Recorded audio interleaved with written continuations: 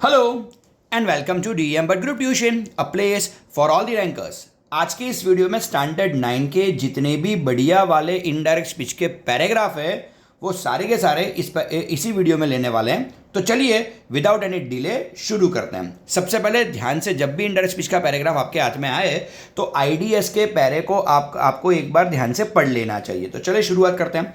Santosh said, my college semester in Jaipur was to end in April, but it ended on the 19th of May and I was supposed to be in Uttarkashi on the 21st. So I decided not to go back home. Instead, I headed straight for the training.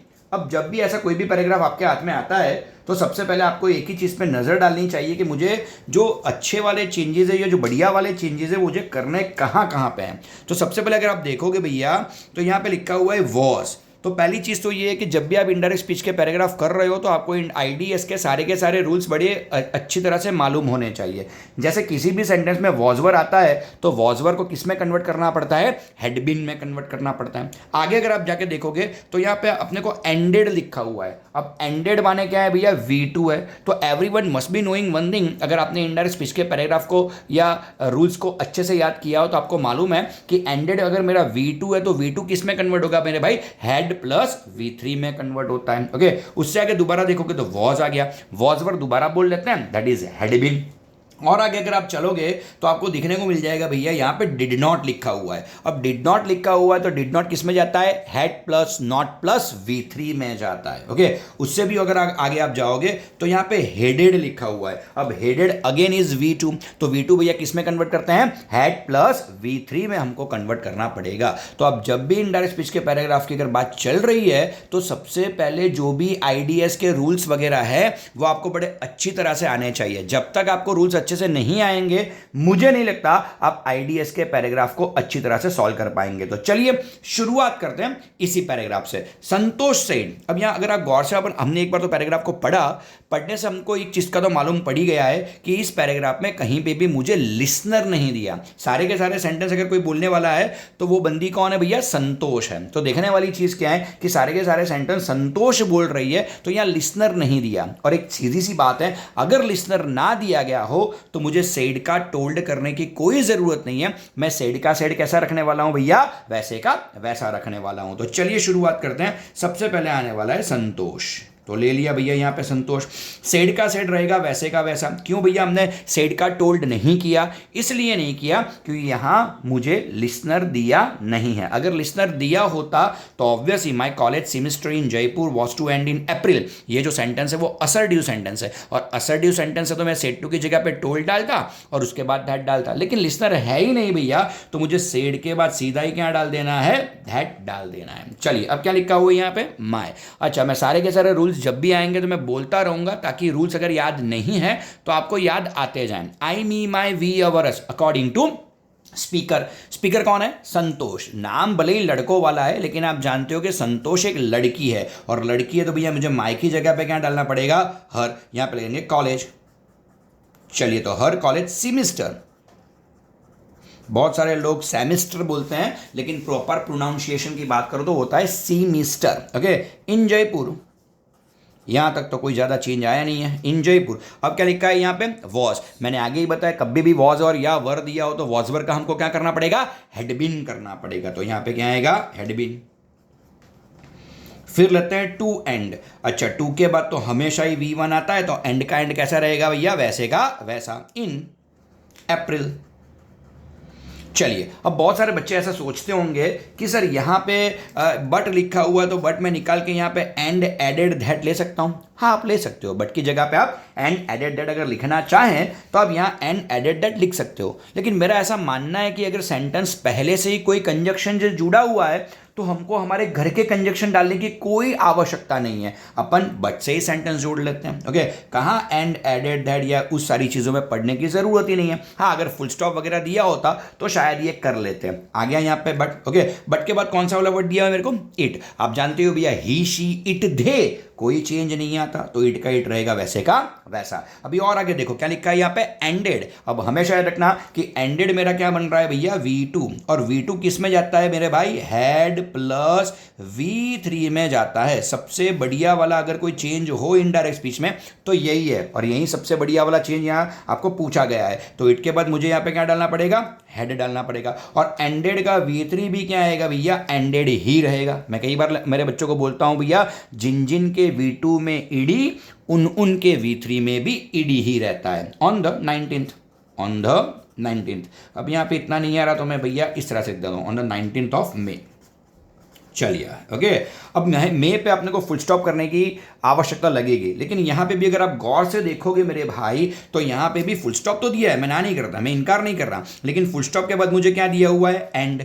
माने कोई ना कोई conjunction मुझे यहाँ दिया हुआ है। अगर भैया पैराग्राफ में कोई ना कोई कंजक्शन मुझे पहले से दिया हुआ है तो मुझे घर के कंजक्शन डालने की कहाँ जरूरत है। ओके, भले ही फुल स्टॉप हो, लेकिन फुल स्टॉप के बाद मुझे आराम से एंड मिल रहा है, तो मैं क्या करूंगा भैया, केवल फुल स्टॉप को निकालूंगा और एंड लिख दूंगा। सिंपल सी बात है भैया। ओके, तो आ गया एंड। अब क्या लिखा है यहाँ पे, I me my we ours according to speaker. Speaker कौन है, संतोष। संतोष लड़की है, आप अपने चैप्टर में पढ़े हुए हो। ओके, तो यहाँ पे क्या आने वाला है, शी आ गया, शी। ओके, वॉजवर का क्या होगा अगेन, हेडबिन। तो कर देते हैं यहाँ पे हेडबिन। मैं हमेशा एक डायलॉग क्लासरूम में बोलता हूँ कि अगर आप एमीजार का वॉजवर करो या वॉजवर का हेडबिन करो, उसके बाद के वर्ब को टच नहीं करने का। ओके, यानी उसके बाद के जो भी वर्ब रहता है उस वर्ब में कभी भी कोई चेंज नहीं होता। तो सपोज्ड का सपोज्ड मुझे कैसा लिखना है मेरे भाई, वैसे का वैसा लिखना है। ओके, फिर लिखना है टू बी। टू के बाद तो हमेशा V1 आता है, तो टू बी सही जा रहा है। Okay, to be in Uttarkashi, in Uttarkashi. चलिए ले लिया भैया यहाँ पे Uttarkashi. On the 21st, on the 21st। चलिए आ गया फर्स्ट। अब यहाँ पे भी मुझे दोबारा अगर आप देखोगे तो यहाँ पे भी मुझे फुल स्टॉप तो दिख रहा है भैया, लेकिन फुल स्टॉप के बाद एक और कंजक्शन दिख रहा है। क्या दिख रहा है, सो। तो यहाँ पे भी मैं काहे को भैया एन एडेड वगैरह यूज करूँ, यहाँ पे भी मुझे सो दिया हुआ है। ओके, तो मुझे अपने कंजक्शन डालने की कोई जरूरत नहीं है भैया, अपन आराम से सेंटेंस को सो से जोड़ सकते हैं, तो जोड़ दिया भैया। इसी तरह से पैराग्राफ ईजी हो जाता है। कई बार क्या होता है कि आपको बड़ी ईजी चीजें दी होती हैं, आप खामखा कॉम्प्लिकेटेड करते हो। ओके, अब पहले वाले में भैया अगर सेंटेंस मुझे बट से जोड़ के दिया हुआ था तो मैंने बट से जोड़ दिया मेरे भाई। ओके, अगर दूसरे वाले में मुझे एंड से जुड़ा हुआ था तो मैंने एंड का एंड वैसा का वैसा रखा। अगर तीसरे वाले सेंटेंस में मुझे पहले से सो दिया है तो मैं सो से ही सेंटेंस जोड़ूंगा। मैं खामखा अपने conjunction and added that and again added that, ये सारी चीजें डालने की कोई जरूरत ही नहीं है। सो आ गया मेरा। अब क्या लिखा है यहाँ पे, आई।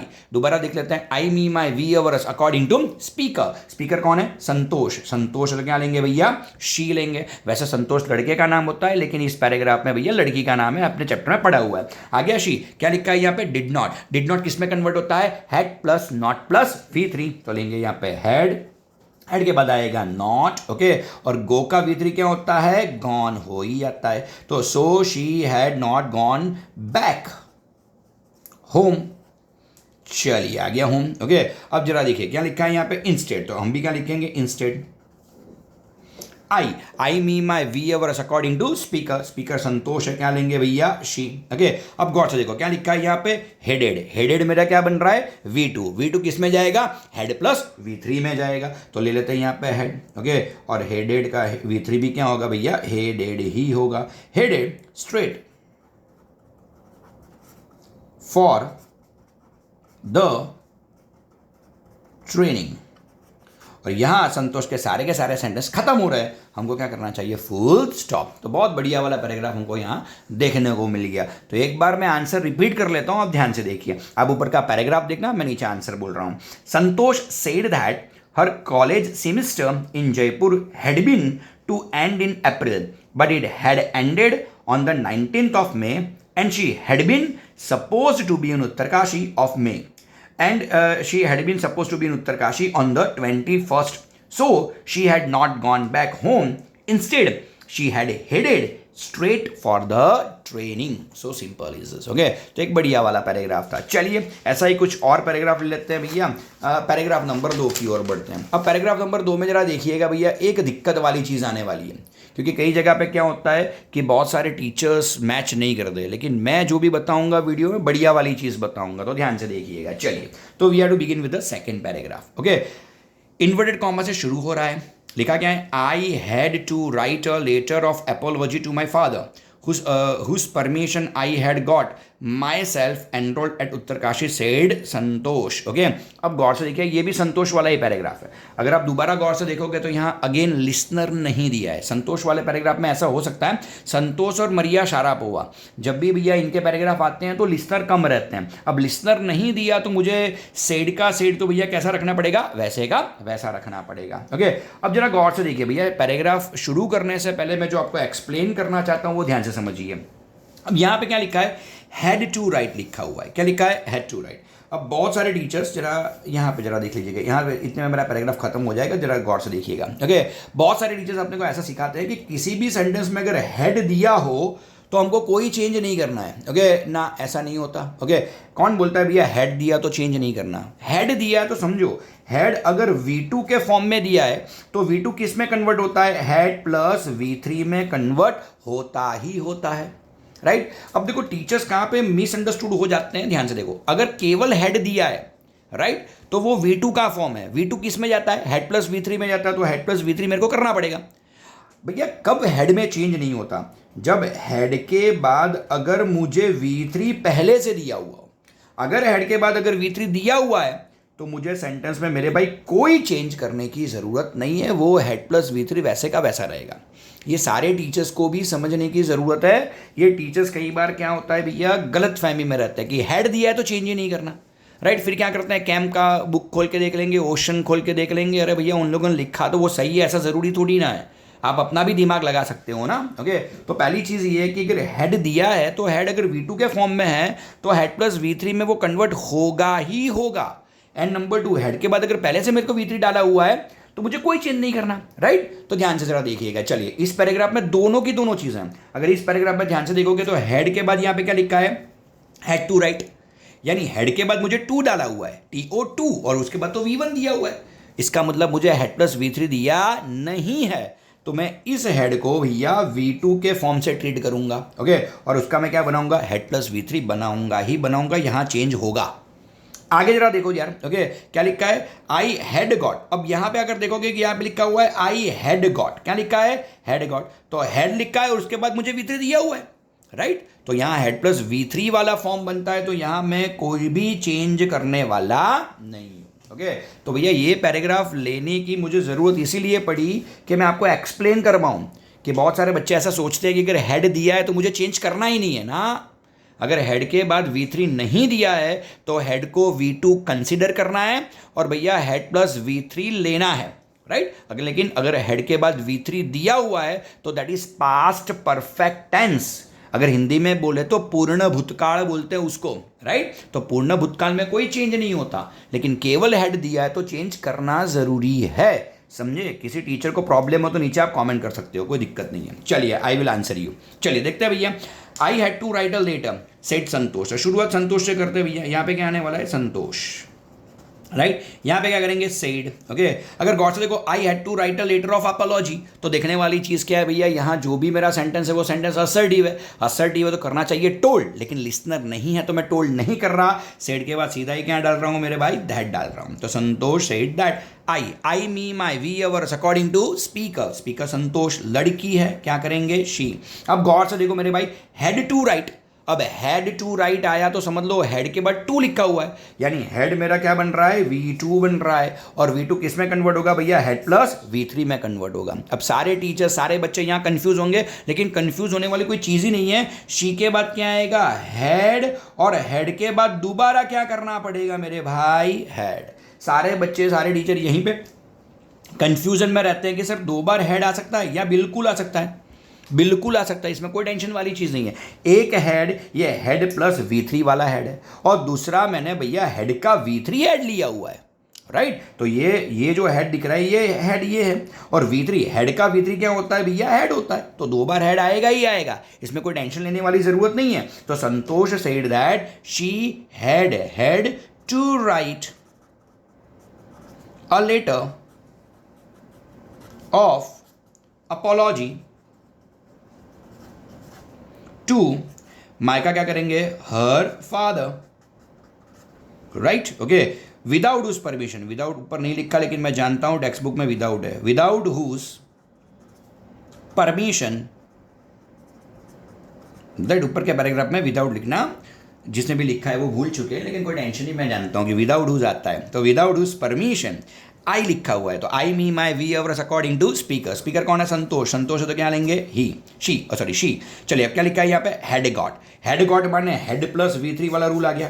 अब हेड प्लस V3 वाला रूल है तो मुझे कोई चेंज करना नहीं है, तो यहाँ मैं कोई चेंज नहीं करने वाला मेरे भाई, तो हेड तो मैं लूंगा ही लूंगा, और उसके बाद एक ही मिनट, उसके बाद मैं भेजेगा गॉट लिखूंगा ही लिखूंगा। तो यहाँ चेंज मैंने किया, यहाँ चेंज मैंने नहीं किया, समझ लो हेड के बाद V3 हो तो चेंज नहीं करना, यहाँ हेड के बाद V3 नहीं था तो मुझे 2 बार हेड कंपल्सरी लिखना है। तो देख लीजिए भैया, without whose permission she had got herself, myself का क्या होगा भैया, herself enrolled, right, enrolled at Uttarkashi. मेरे ख्याल से यहां संतोष के सारे सेंटेंस खत्म, क्या करना चाहिए मुझे, फुल स्टॉप कर ही देना चाहिए। तो पैराग्राफ क्या बन रहा है भैया, पैराग्राफ ऐसा बन रहा है कि Santosh said that she had to write a letter of apology to her father, without whose permission she had got herself enrolled at उत्तर काशी। तो चलिए इस वीडियो में केवल दो ही पैराग्राफ लेते हैं, बहुत जल्द पार्ट 2 के साथ मैं DM सर आपको मिलूंगा। Till then bye.